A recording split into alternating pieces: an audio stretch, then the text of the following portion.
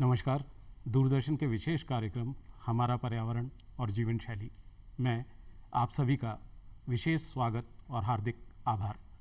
आज विश्व पर्यावरण दिवस है और आप सभी जानते हैं कि ये दिवस हम सभी की इच्छाओं से, हमारे सरोकारों से और सबसे बड़ी बात हमारे पूरे एक वातावरण के संदर्भ से आप सभी को जोड़ता है। इस दिवस पर आप सभी को दूरदर्शन परिवार की ओर से हार्दिक शुभकामनाएं। और पर्यावरण का ये जो मुद्दा है, जो हमारी जीवन शैली है और सबसे बड़ी बात इसमें जो हमारी प्रत्यक्ष और अप्रत्यक्ष भूमिका है वो बहुत ही महत्वपूर्ण है। आप जानते हैं पर्यावरण अगर स्वस्थ है, सेहतमंद है, पर्यावरण हमारे सकारात्मक सोच को, हमारे विचारों को, हमारी तमाम उन चीज़ों को जिससे हम सजीव रहते हैं, जिससे हम कर्मठ परिप्रेक्ष्य में काम करते हैं, जिससे हम इस पूरे वातावरण को एक नई ऊर्जा, एक नया वातावरण, एक नया संदेश देते हैं। और सबसे बड़ी बात हमारी जीवन शैली हमारे वातावरण का एक अहम हिस्सा होती है। इन तमाम मुद्दों को लेकर, उन सारी बातों को लेकर जो हमको हमारे परिवेश को बेहतर बनाती हैं और सबसे बड़ी बात हमें रचनात्मक संदर्भों के साथ, सांस्कृतिक संबंधों के साथ और एक ऐसे व्यक्तित्व के रूप में जिससे मिलकर पूरा समाज बेहतर बने, सरोकारों वाला बने और हम एक नई दुनिया अपने बच्चों के लिए छोड़ें। और सबसे बड़ी बात एक ऐसी दुनिया का निर्माण करें, ऐसी सोच का निर्माण करें, ऐसी परिधि का निर्माण करें जिससे आने वाली पीढ़ियां हम पर गर्व कर सकें कि हमारा पर्यावरण, हमारी जीवन शैली इस रूप में थी कि हम दुनिया को एक अभिनव हिस्सा देकर गए, एक अभिनव संसार छोड़ कर गए। आइए इन्हीं पक्षों पर चर्चा करें, इन संदर्भों को आगे बढ़ाएं। उससे पहले आज हमारे स्टूडियो में मौजूद हमारे विशेष साथियों से, हमारे विषय विशेषज्ञों से आपका परिचय कराता हूं। हमारे साथ हैं प्रोफेसर निर्मल कुमार लोहिया जी। लोहिया जी राजस्थान विश्वविद्यालय में जूलॉजी के प्रोफेसर रहे हैं। अपने अकादमिक और शिक्षण अनुभव के साथ साथ उन्होंने तमाम परिधि को, विशेष रूप से युवाओं को सरोकारों की दिशा से जोड़ा है। और सबसे बड़ी बात पर्यावरण के मुख्य घटकों में जिन तत्वों का योगदान हो सकता है उससे आपका निरंतर अनुभव रहा है। उन्होंने तमाम चीज़ें साझा की हैं। पिछले 50 वर्षों के अपने अकादमिक अनुभव में उन्होंने बहुत से रचनात्मक प्रसंगों को, बहुत सी चीज़ों को इस पूरे परिवेश में घुलते मिलते देखा है, उनको व्यापक होते देखा है। हमारे दूसरे युवा साथी रूप सिंह मीणा जी उसी क्षेत्र से आते हैं जिस क्षेत्र को आज पूरे देश में, पूरे संसार में बहुत ही संरक्षण गतिविधि के रूप में बहुत ही सम्मान के साथ नाम लिया जाता है। आप रणथंभौर से आते हैं और बाघ संरक्षण एवं ग्रामीण विकास समिति से आप जुड़े हैं। मित्रों, मैं आपको बताना चाहता हूं कि एक युवा व्यक्तित्व जब समाज के लिए, सरोकारों के लिए एक ऐसी अवधारणा का विकास कर लेता है कि वो अपने तमाम संदर्भ भूल जाता है। आप देखिए कि इन्होंने अपनी इस युवावस्था में उस पूरे बाघ संरक्षण के आयाम को अपने जीवन का हिस्सा बना लिया है, अपने सरोकारों का हिस्सा बना लिया है। और जितने भी सामाजिक संदर्भ हैं उनमें उनकी मुख्य भूमिका ये रहती है कि जंगल बचा रहे, व्यक्ति बचा रहे और उससे जुड़े सरोकार बचे रहें। आइए आज चर्चा की शुरुआत करते हैं। और सर, सबसे पहला प्रश्न आप ही से है क्योंकि आपने एक पूरी प्रक्रिया को देखा है और बात आज हमारे पर्यावरण और जीवन शैली की हो रही है। तो सबसे पहले दर्शकों के लिए मैं आपसे जानना चाहूँगा कि ये पर्यावरण जो है इसको आप अपने तरीके से कैसे देखते हैं? पहले तो मैं दूरदर्शन डीडी राजस्थान का शुक्रिया अदा करना चाहूँगा कि उन्होंने इतना अच्छा प्रोग्राम प्लान किया, ख़ास तौर से वर्ल्ड एनवायरनमेंट डे के अवसर पर। जहाँ तक एनवायरनमेंट का सवाल है, पर्यावरण का सवाल है, हम सब जानते हैं कि हमारे चारों तरफ जो भी कुछ है वो सब पर्यावरण का हिस्सा है जी। उसके अंदर चाहे वाटर हो, जल हो, एयर हो एंड भूमि हो, एंड ये सब मिलके पर्यावरण बनाते हैं। और प्रतिदिन की एक्टिविटीज़ में ये ज़रूरी होता है कि हम लाइफस्टाइल एंड एनवायरनमेंट ये एक दूसरे से जुड़े हुए हैं। और तीसरा इससे रेलेवेंट है, इसी से रेलेवेंट है हेल्थ। सो हम चाहेंगे कि इन मुद्दों पर डिटेल में बात करें। जी, लोहिया जी ने बताया कि पर्यावरण और जीवन शैली दोनों मिले हुए हैं और यही वो परिधि है जो समाज को रचनात्मक रूप से आगे बढ़ाती है। रूप सिंह जी, आपसे जानना चाहेंगे, आपने इतने युवा मन के साथ ये सोचा कि मैं ग्रामीण विकास और बाघ संरक्षण जैसी परिधि से जुड़ूं, तो क्या कारण रहे थे? एक तो आपकी अभिरुचि थी, वो हम सभी जानते हैं, लेकिन आपकी निष्ठा का वो कौन सा बिंदु था जिसके चलते आपने ग्रामीण विकास को अपना कर्मस्थल बनाया, अपना कर्म क्षेत्र में स्थान दिया? देखिए सर, सबसे पहले तो मैं आपको धन्यवाद देना चाहूँगा कि आपने विश्व पर्यावरण दिवस के उपलक्ष्य में इतना शानदार कार्यक्रम रखा और आपके दूरदर्शन के माध्यम से लोगों को अवेयर करने का काम किया। जब मैं 9th क्लास में था, उस समय ही मेरे अंदर एक इच्छा शक्ति पैदा हुई कि क्यों ना मैं इस जंगल के लिए, पर्यावरण के लिए, प्रकृति के लिए और ग्रामीण विकास के लिए काम करूं, वो भी ग्राउंड लेवल पर जी। क्योंकि अधिकतर काम जब तक अपन लोग ग्राउंड लेवल पर कोई काम नहीं करेंगे, चाहे प्रकृति हो, हेल्थ हो, कुछ भी काम हो, जब तक कोई भी काम संभवतः अच्छी तरह संभव नहीं है। इसलिए मेरे अंदर 9th क्लास के अंदर इच्छा शक्ति पैदा हुई कि मैं पर्यावरण के संरक्षण के संदर्भ में काम करूं, बाघों के संरक्षण के क्षेत्र में काम करूं। तो उस 9th क्लास के दौर से ही मैंने एक इच्छा शक्ति पैदा कर ली थी कि मैं एक NGO बना के NGO के रूप में पर्यावरण के लिए, जंगलों के लिए, टाइगर्स के लिए और इस पृथ्वी के लिए ग्राउंड पे काम करूंगा और एक लोगों को मोटिवेट करने का, लोगों को अवेयर करने का काम करूंगा ताकि पर्यावरण का वास्तविकता में संरक्षण हो सके। जी, इस धरती को अगर हम बेहतर आधार दे सकते हैं, इस पर एक पौधा रोप सकते हैं, एक बीज को पनपने के लिए उचित वातावरण दे सकते हैं, तो मुझे लगता है रूप सिंह जी, हम दुनिया को एक बेहतर आयाम दे सकते हैं। लोहिया सर, मैं पुनः आपसे जानना चाहूँगा, आपने एक बात की थी, खान पान की बात की थी, और चूंकि हमारा पूरा मुद्दा, पर्यावरण का मुद्दा हमारे खान पान से जुड़ा है, तो खान पान के संदर्भ में और पर्यावरण के संदर्भ में वो कौन से बिंदु हैं जिसकी चर्चा आज करना चाहेंगे आप? दैनिक जीवन में जी खान पान बहुत महत्वपूर्ण जी। भूमिका निभाता है और हम जानते हैं कि एनवायरनमेंट इससे रिलेटेड है। जो भी खान पान से रिलेटेड चीज़ें हैं, अच्छा एनवायरनमेंट होगा तो उसका प्रोडक्शन अच्छा होगा। साथ ही के अंदर खान पान से रिलेटेड जो हाइजीनिक फूड है जी। वो बहुत इम्पोर्टेंट है। हम देखते हैं कि पीने के लिए स्वच्छ पानी होना चाहिए, खाने के लिए हाइजीन फूड होना चाहिए, और ये तब संभव है जबकि एनवायरनमेंट से रिलेटेड, इनके प्रोडक्शन से रिलेटेड ये हम इंश्योर करें कि खान पान के अंदर स्वच्छ पानी, स्वच्छ फूड एंड सस्टेनेबल डेवलपमेंट के जी। रूप में अवेलेबल हो सोसाइटी को, ताकि कोई स्कैरसिटी ना हो। हाँ, लोहिया जी, आपने बात की थी कि स्वच्छ पानी हो और फूड जो हो, हमारा खान पान जो हो वो भी स्वच्छ हो। तो खान पान की बात करें तो ऑर्गेनिक फूड की बात आजकल बहुत ज़्यादा की जाती है, और दूसरा जो पीने का पानी है, क्योंकि हम जानते हैं कि हमारे जितने स्रोत हैं वो कहीं ना कहीं उस पानी के मुद्दे को लेकर जब भी हमारी बातचीत होती है तो उनके प्रदूषण का एक तत्व सामने आता है। उस पर भी मैं आपका विचार जानना चाहूँगा। ये बहुत ही अनफॉर्चुनेट है जी। कि जो वाटर रिजर्व्स हैं, वो चाहे राजस्थान के संदर्भ में बात करें, चाहे पूरी कंट्री के संदर्भ में बात करें, जब तक हम ये इंश्योर न करें कि वाटर रिजर्व्स प्रॉपर तरीके से हों और उसके अंदर जो कंटेमिनेशन होता है, खास तौर से इंडस्ट्रियल वेस्ट का उसमें मिलना, और वो उसके कारण से वाटर कंटेमिनेट होता है। जी। तो जब तक हम ये इंश्योर न करें कि वाटर रिजर्व्स कंटेमिनेशन से दूर रहें, और वो ऐसी बेल्ट्स हैं जहाँ पर हम देखते हैं कि फ्लोराइड कंटेमिनेशंस वगैरह हैं, तो उन सब चीज़ को देखते हुए इंश्योर करें कि water quality, water conservation and availability of safe drinking water, ये इंश्योर किया जाना चाहिए। जी, लोहिया जी, मैं दर्शकों से भी अपेक्षा करूंगा कि जब भी आप अपने दैनिक जीवन में खान पान में पानी को, हमारे भोजन के तमाम तत्वों को शामिल करते हैं, तो आप ये देखें कि एक तो हमारा हिस्सा उसमें उतना हो कि वो चीज़ें खराब ना हो, वेस्ट ना जाएं।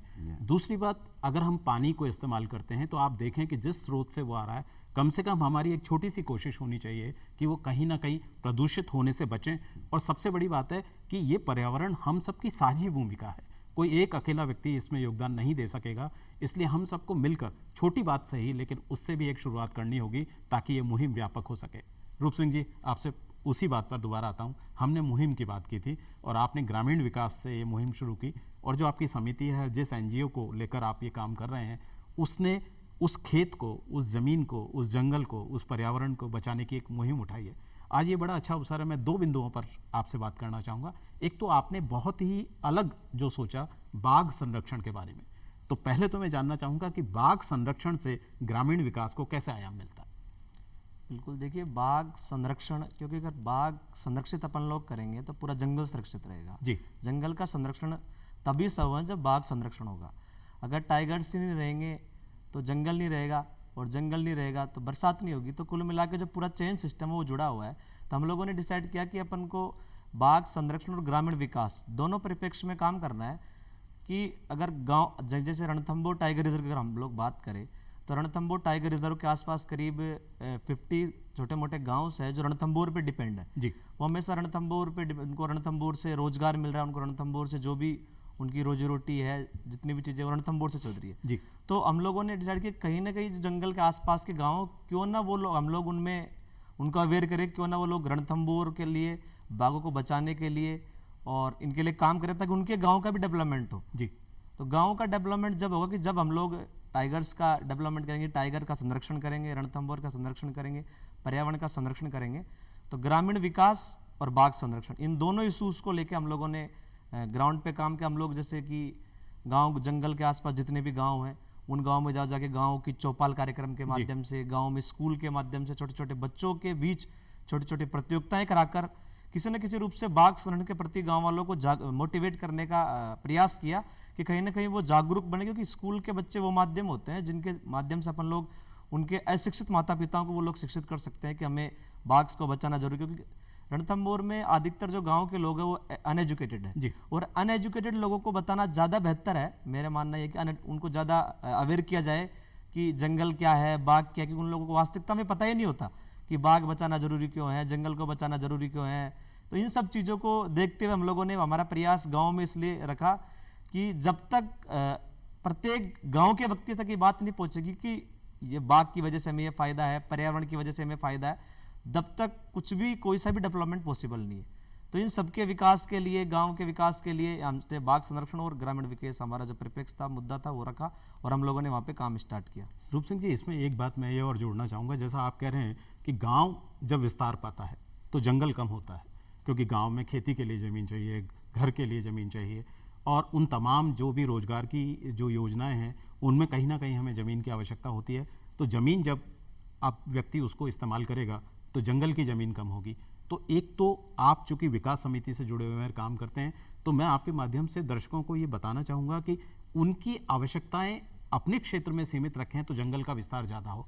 दूसरा, पेड़ लगाने की मुहिम को लेकर और जो खेती के जो पारंपरिक तरीके हैं, जो सांस्कृतिक तरीके हैं, उस पर भी मैं आपकी बात जानना चाहूँगा। बिल्कुल, देखिए गांव के जो लोग हैं, जैसे किसी भी अगर टाइगर रिजर्व की बात करें, जंगल की बात करें, तो अपने एरिया लिमिटेड होता है फिक्स की, उनकी बाउंड्रीज के अंदर ही, जंगल की बाउंड्रीज के बाहर जितने भी गांव वाले बसे हैं, कि जैसे कि बाहर कोई गांव में पहाड़ी है, बंजर पहाड़ी बड़ी हुई, उस पर गाँव के लोग अधिकतर जैसे गांव में देवी देवताओं के प्रति ज़्यादा लोग वो रखते हैं, तो कहीं ना कहीं जैसे बरगद का पेड़ लगाते हैं, तो बरगद के पेड़ को लोग देवता उसमें देखते हैं कि इसमें देवता निवास करते हैं। हाँ। तो गांव के लोग गांव में बहुत ज़्यादा देखने को मिलता है, और हम खुद भी हर साल 101 बरगद के पौधे लगाते हैं रणथंभौर के आसपास। तो वो लोग बरगद के पौधों को काट तक भी नहीं है, चाहे अपनी घर की बाउंड्री पे क्यों नहीं जाए। क्या बात। तो इसलिए गाँव के लोग कहीं ना कहीं देसी सिस्टम से जंगल को बचाने का काम कर रहे हैं। जैसे कि गांव की खेत की चारे दीवारी होती है, तो खेत के बाउंड्री के रूप में क्यों ना वो वहाँ पे नीम के पौधे, बरगद के पौधे, ताकि उनका खेत भी सुरक्षित रहे और पर्यावरण का भी फायदा पहुंचे। दूसरा सिस्टम की अगर पानी की बात करें तो आजकल गाँव में गवर्नमेंट के माध्यम से या किसी भी सिस्टम के माध्यम से गाँव में छोटे छोटे तालाब से खेतों में पोंड्स बनाने की जो योजना है बहुत ज़्यादा चलन में चल रही है, क्योंकि गाँव के लोग भी कहीं ना कहीं कि जल को बचाना जरूरी है, क्योंकि बरसात का जल है वो एक तरफ अपने खेत में, एक तरफ गड्ढा करके खेत का पानी खेत में रहे, उस पानी को जब बरसात के दूसरे सीजन में जब फसल होती है बरसात के अलावा, तो उस समय उसका यूज करना है। तो कहीं ना कहीं गांव के लोग भी पर्यावरण के प्रति काफी इंपॉर्टेंट रोल निभा सकते हैं और निभा रहे हैं, क्योंकि वो लोग पुराने कल्चर से रह रहे हैं। जिस तरह कोरोना में अपन लोगों ने देखा कि जो औषधीय पौधे हैं, गाँव के लोगों को कम ये बीमारी हुई थी, तो कहीं ना कहीं गाँव के लोग भी पर्यावरण के प्रति काफी सचेत है, और हमारा भी हमेशा ये मोटिवेट रहता है कि वो पुराने सिस्टम से ही, गांव के लोग पुराने कल्चर से ही उसी कल्चर में पर्यावरण के प्रति सचेत रहे, पर्यावरण को संरक्षण करने का काम करें। जी देखिए दर्शकों, रूप सिंह जी के माध्यम से नई बात उभर के आई कि जो हमारे सांस्कृतिक परिप्रेक्ष्य हैं, जो हमारी परंपराएं हैं, खेती के परंपरागत तरीके हैं, पानी के परंपरागत स्रोत हैं, और सबसे बड़ी बात हमारा खान पान जो परंपरागत है वो कहीं ना कहीं पर्यावरण को, हमारी जीवन शैली को और हमारे सरोकारों को आगे बढ़ाता है। लोहिया जी, इसी पर एक बात आती है और आपने उसकी चर्चा भी की थी, सेहत सबसे बड़ा मुद्दा है और सेहत को लेकर हम बहुत जीवन शैली जी इन्फ्लुएंस होती है हर चीज़ से।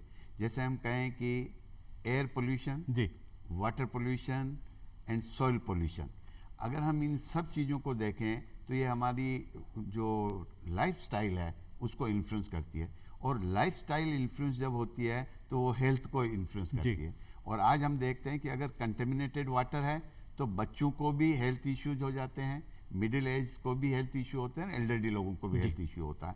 इसी तरह हम देखते हैं एयर पोल्यूशन, अगर हमारा वातावरण स्वच्छ नहीं है और पोल्यूटेड है तो उसके कारण से हम देखते हैं कि कितनी ही तरह के कार्डियक प्रॉब्लम हो सकती है, न्यूरोलॉजिकल प्रॉब्लम्स होती है, हेल्थ से रिलेटेड कितनी चीज़ें प्रॉब्लमेटिक हो सकती है। तो ये इंश्योर करना ज़रूरी है कि एनवायरनमेंट कंटेमिनेटेड ना हो, और उसको स्वच्छ रखने की जिम्मेदारी हमारी है, और उसके कारण से हम स्वस्थ रहेंगे और जो एनिमल्स हैं चाहे वो अंडर वाटर हो, ऑन लैंड हो, एयर में हो, वो भी स्वस्थ रहेंगे। जी, लोहिया जी ने बताया कि किस तरीके से हमारी पारंपरिक जीवन शैली है, और सबसे बड़ी बात दर्शकों, जो हमारा सरोकार है, सरोकार में हमारा विचार मिलेगा तो हम बेहतर समाज के लिए काम करेंगे, और न केवल समाज उससे परिष्कृत होगा, हम भी परिष्कृत होंगे, और अपनी सेहतमंद जिंदगी को लेकर हम अपने आयामों को, अपने सपनों को, अपने विचारों को पूरा कर सकेंगे।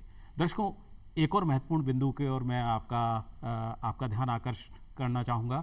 रूप सिंह जी, एक हमारे दर्शकों को मैं बताना चाहूँगा, आप सभी जानते हैं हमारे माननीय प्रधानमंत्री महोदय मन की बात के माध्यम से अपने विचारों को, अपनी तमाम सांस्कृतिक चीज़ों को और अपने मन को पूरे देश के साथ साझा करते हैं। और हमारे लिए आज ये बड़ा महत्वपूर्ण मुद्दा है और ये गर्व की बात है कि रूप सिंह जी को मन की बात में विशेष रूप से उन्होंने न केवल अभी पिछले एपिसोड में उल्लेख किया, बल्कि इनके साथ सीधा संवाद भी स्थापित किया। तो दर्शकों, मैं रूप सिंह जी के सानिध्य के माध्यम से आपको ये बताना चाहूँगा कि वो कौन सी बात थी, वो कौन सा मुद्दा था जिसको लेकर उन्होंने बात की, और मन की बात में वो कैसे आपके माध्यम से किस विचार को आगे बढ़ाना चाह रहे थे। सर देखिए, हमारी संस्था बाघ संरक्षण ग्रामीण विकास समिति सवाई माधोपुर जिले में पर्यावरण संरक्षण के क्षेत्र में काम कर रही है। उसी के साथ हमारी संस्था का एक उद्देश्य है कि जो हमारा सवाई माधोपुर जिला है, रणथंभौर है, उसको हम स्वच्छ व सुंदर बनाने का हमारा उद्देश्य हम लोगों ने रखा है। और उस उद्देश्य को देखते हम लोगों ने एक वहाँ पे कार्यक्रम स्टार्ट किया था, मिशन बीट प्लास्टिक रणथंभौर अभियान, जो कि 7 जून 2019 में हम लोगों ने स्टार्ट किया। और इस मिशन बीट प्लास्टिक अभियान का ही माननीय मोदी जी ने उनके मन की बात कार्यक्रम में जिक्र किया है। इस अभियान के माध्यम से रणथंभौर टाइगर रिजर्व के अंदर करीब 350 से ऊपर छोटे बड़े मंदिर है और आसपास के गांव हैं। तो हम इस अभियान के तहत वहाँ पे हर सप्ताह जंगल के अंदर जो मंदिर है वहाँ पे हम लोग एक क्लीन अप ड्राइव प्रोग्राम रखते हैं, साफ सफाई कार्यक्रम। हर सप्ताह हम लोग जंगल के अंदर हमारी टीम जाती है, करीब 60 लोगों की हमारी जो युवा है, सारे युवा 26 साल से कम उम्र के हैं। क्या बात। और वो सभी लोग जंगल के अंदर जाते हैं। प्रत्येक मंदिर से हम लोग जो भी प्लास्टिक, पॉलीथीन, जो भी अन्य कचरा होता है, उसको जंगल के बाहर लाकर नगर पालिका को सुपुर्द करते हैं। तो वो आता कैसे है वहाँ पर? वहाँ पे जो मंदिर होते हैं, मंदिर पे जो आसपास के गांव वाले रहने वाले लोग हैं, वो पूजा अर्चना करने के लिए आते हैं। तो कई लोग चूगा लेके आते हैं, अगरबत्ती लेके आते हैं, वाटर बोटल्स लेके आते हैं। तो जितना भी कचरा है वो श्रद्धालुओं के माध्यम से होता है, और उस कचरे को हम लगातार बाहर ला रहे थे, और 3-4 साल से लगातार हमने काम किया। उसके अतिरिक्त मंदिर पे जितने भी लोग आते हैं उनको, जैसे कि पॉलीथीन कैरी बैग में आजकल प्लास्टिक कैरी बैग या पॉलीथीन कैरी बैग का लोग इस्तेमाल करते हैं, विशेषकर गांव के लोग जो मंदिरों पर सामग्री लेके आते हैं, उनको हम लोग वहाँ पे कपड़े के कैरी बैग डिस्ट्रीब्यूट करते हैं कि जिससे भी मंदिर पे लोग आए तो हमने कपड़े के कैरी बैग डिस्ट्रीब्यूट कर उनको अवेयर किया कि वो लोग अपने दैनिक जीवन में और वन क्षेत्र में तो बिल्कुल भी पॉलीथीन कैरी बैग का और प्लास्टिक कैरी बैग का बहिष्कार करें, और इस तरह के कपड़े के बैग 1-2 बार हमने दिए, खुद भी बनाए। क्योंकि पुराने जो भी कपड़े ने घर में होते हैं उनका पॉलीथीन कैरी बैग के कपड़े का कैरी बैग बना के अपन लोग यूज में लेते हैं। और उसके अतिरिक्त जंगल के आसपास जितने भी गांव हैं, स्कूल के बच्चे हैं, उनके मध्य में हम लोग हर सप्ताह बुधवार के दिन हम लोग वहाँ जाते हैं और उनको मोटिवेट करते हैं कि आप लोग भी अपने घर वालों को, रिश्तेदारों को, परिजनों को, गाँव वासियों को जागरूक करें, ताकि आप लोग पॉलीथीन कैरी बैग का बहिष्कार कर कपड़े के बैग को अपनाएं। और ये जो हमारा कार्यक्रम था मिशन बीट प्लास्टिक अभियान, ये सबसे बड़ा कार्यक्रम है, और इसी की माननीय मोदी जी ने उनके 86वें संस्करण में मन की बात कार्यक्रम में इसके प्रशंसा की जिक्र किया, और उन्होंने इसको एक प्रेरक उदाहरण बताया कि देश के लोगों को इस तरह कार्यक्रम से सीखना चाहिए और जुड़ना चाहिए। तो हमारे लिए बहुत बड़े गर्व की बात थी, और उससे बड़े हमारे जीवन में उपलब्धि रही कि मिशन बीट प्लास्टिक की मोदी जी ने जिक्र किया। जी, देखिए दर्शकों, आपने देखा कि कैसे एक छोटा विचार जब पूरे समाज का सरोकार बनता है तो उसकी बात कितनी व्यापक होती है। माननीय प्रधानमंत्री जी ने उसका उल्लेख किया, और मैं आज आप सभी से ये अपील भी करना चाहूँगा कि ये महत्वपूर्ण है कि हमारे कोई भी विचार अगर हम अपने जीवन शैली में उसको उतार लें, उसको जीवन शैली में अपना लें, तो हम भी कहीं ना कहीं प्रत्यक्ष अप्रत्यक्ष रूप से एक बड़े सरोकार में अपनी भूमिका निभा सकते हैं। तो जैसा रूप सिंह जी ने बताया, आप जब भी किसी भी सांस्कृतिक परंपरा को, अपनी पूजा पद्धति को या किसी भी आयाम को जब आप लेते हैं तो आप ध्यान रखें कि वो कहीं ना कहीं पर्यावरण संरक्षण में अपना योगदान दे और हमारी छोटी सी मुहिम, हमारी छोटी सी पहल एक बड़ी पहल बने। लोहिया जी, इसी बात पर एक और विचार मेरे सामने आया कि जो जैव विविधता है, जैव विविधता की बात आपने की थी, जैव विविधता कैसे हमारे पूरे समाज को और कैसे हमारी जिंदगी को बेहतर बना सकती है? पहले मैं एक कहूँगा जी। कि वाटर वाटर एवरीवेयर, हाँ, not a single drop to drink. हाँ, हम देखें कि more than 70% of our population is not having access to safe drinking water. जी। तो इस डायरेक्शन के अंदर भी एक अवेयरनेस प्रोग्राम बहुत इंपॉर्टेंट रोल प्ले करता है, जबकि लोगों को नियम कानून कायदे अपनी जगह हैं। और जैसा रूप सिंह जी ने बताया कि अगर हम समाज को अवेयर करें जी। और ये देखें कि पानी की बचत कैसे करें, पानी को कंटेमिनेशन से कैसे बचाएं और पानी का सेवन सेफ ड्रिंकिंग वाटर के रूप में करें, ऐसे ही दूसरी चीज़ें हैं जो जिसके कारण से हम अपनी जीवन शैली को, मैं एक छोटा सा एग्जांपल आपको देना चाहूँगा कि कुछ समय पहले हम सब ने ये कोविड-19 पेंडेमिक के बारे में फेस किया था जी। और उससे अनुभव हुआ कि हम we were force to stay at home, सब लोगों को घर पे रुकना पड़ा फोर्सफुली, और उसके कारण से एनवायरमेंट पोल्यूशन कितना कम हो गया। जी। इसका मतलब ये हुआ कि हम जो व्हीकल्स यूज करते हैं, two wheeler, four wheeler and all that, उसकी कमी होने के कारण से एनवायरनमेंट पोल्यूशन कम हो गया। उसके कारण से लाइफस्टाइल चेंज हुई, पर उससे जो रिलेटेड दूसरे इश्यूज हैं उसके अंदर हमें ये सीखने को मिला कि अगर हम अपनी लाइफस्टाइल को थोड़ा सा मॉडिफाइड करें, चेंज करें, तो समाज को शिक्षित करें, अवेयर करें, तो ये जो एनवायरमेंटल डिग्रेडेशन है उसको रोक सकते हैं। जी। दर्शकों, आपने देखा लोहिया जी ने बताया कि ये हम सभी की जिम्मेदारी तो है ही। आपने देखा है कि हमारे सामाजिक जीवन शैली में नदी है, पहाड़ है, जंगल है, उससे जुड़ी हुई जैव विविधताएं हैं, और सबसे बड़ी बात है कि हमारा सभी का कहीं ना कहीं कोई ना कोई हिस्सा है। आप सड़क पर निकलते हैं, आप काम के लिए निकलते हैं, आप अपनी आजीविका के लिए निकलते हैं, आप खेती करते हैं। आप अपनी जीवन शैली में एक विचार को डालें कि मैं समाज का हिस्सा हूँ और इस समाज की रचनात्मक उन्नति में, इस समाज के परिवेश को व्यापकता देने में मेरी भी भूमिका है। और छोटी सी पहल से ही, जैसा लोहिया जी बता रहे थे, आपको कहीं बहुत अधिक दूर नहीं जाना तो कोशिश करें कि पैदल चलें, साइकिल को अपनाएं, ऐसे वाहन अपनाएं जो प्रदूषण कम करें। तो हमारी ये छोटी छोटी जो जिम्मेदारी है, ये जब आगे बढ़ेगी तो बहुत व्यापकता के संदेश को आगे ले जाएगी। रूप सिंह जी, एक बात आपके माध्यम से मैं युवाओं तक प्रेषित करना चाहूँगा। आपने अपने अनुभव में जितनी चीज़ों को समावेश किया है, हमारे युवाओं को आप क्या कहना चाहेंगे? बिल्कुल, मैं विशेषकर युवा पीढ़ी से कहना चाहूँगा कि अर्थ को बचा लो वरना अनर्थ हो जाएगा। क्या बात है? क्योंकि अर्थ अगर है तो हम लोग रहेंगे। तो विशेषकर जो युवा पीढ़ी है, जो इच्छा शक्ति उनके अंदर होती है, उनके अंदर लगन होती है, वो उस अवस्था में होते हैं जिस अवस्था में वो बेहतर दुगनी ताकत से काम कर सकते हैं। तो जैसे कि अपने दैनिक जीवन की अगर बात करें, आज की युवा पीढ़ी को विशेषकर पर्यावरण संरक्षण पे काम करना चाहिए। जैसे कि अपन सुबह उठे, अपन नहाए, अपन ने कुछ भी काम किया तो अपन को नल का ध्यान रखना चाहिए कि नल बंद नहीं है, चालू है, बंद है। जैसे कि अपन सुबह सुबह उठ के जिम जा रहे हैं, तो अधिकतर लोग आजकल क्या होता है कि प्रत्येक आदमी खुद की गाड़ी लेके जा रहा है, जबकि वो जिम जा रहा है। तो मेरा मानना है कि युवा पीढ़ी को पैदल जाना चाहिए, साइकिल से जाना चाहिए, पब्लिक ट्रांसपोर्ट का यूज़ करना चाहिए, ताकि उनके जो दैनिक जीवन है उसमें कहीं ना कहीं पर्यावरण संरक्षण में योगदान मिले। अगर बात करें अपन पानी की, तो जैसे कि आजकल लोग ज़्यादातर लोग गाड़ियों को बोरिंग से धोते हैं, पाइप से धोते हैं। तो कहीं ना गाड़ियों का जो वॉशिंग का सिस्टम वो बाल्टी से हो, बाल्टी से अपन खुद बाल्टी के पानी से नहाने का प्रयास करें। अपन जैसे कि पौधों को पानी देते हैं तो कहीं ना कहीं उनको भी किसी न किसी बर्तन के माध्यम से पानी देने की कोशिश करें। और विशेषकर युवा पीढ़ी को जो अन्य कामों से हटकर पर्यावरण के प्रति सचेत होने की जरूरत है, क्योंकि युवा पीढ़ी वो पीढ़ी है जो आने वाले समय के लिए पर्यावरण संरक्षण में बेहतर से बेहतर काम कर सकती है और इस पर्यावरण को बचाने के लिए बेहतर योगदान दे सकती है। जी, रूप सिंह जी ने कहा दर्शकों, और मैं आपको बड़ी दार्शनिक बात कहना चाहूँगा कि हमारे पास एक ही ज़िंदगी है और हमारी एक ही दुनिया है। तो एक पहल आप ज़रूर करें उसके लिए कि हमारी दुनिया बेहतर बने, हमारे सरोकार बेहतर बने, और सबसे बड़ी बात, जिस परिवेश में हम रह रहे हैं वो प्रदूषण मुक्त हो, स्वच्छ हवा में हम सांस ले सकें, हम अपने खान पान में अच्छी चीज़ों को शामिल कर सकें, और सबसे बड़ी बात, जब हम घर से बाहर निकलें तो हमें लगे कि ये दुनिया बेहतर है, उन्नत है, रचनात्मक है और हमारे सरोकारों के साथ जुड़ी है। मुझे आशा है कि आप सभी अपने जीवन में, अपने सरोकारों में इन बातों को अपनाएंगे और विशेष रूप से पर्यावरण और जीवन शैली को ऐसा सामंजस्य करेंगे कि हम गर्व से एक बेहतर दुनिया के लिए एक नई स्थापना, एक नया विचार बना सकें। आप दोनों हमारे स्टूडियो में आए, दर्शकों से इतनी अच्छी बातें साझा की और इतनी प्रेरक और रचनात्मक ऊर्जा से दर्शक हमसे जुड़े। हम आशा करते हैं कि ये मुहिम लंबे समय तक जारी रहेगी और हम सरोकारों की दुनिया से इसी तरीके से जुड़े रहेंगे। नमस्कार।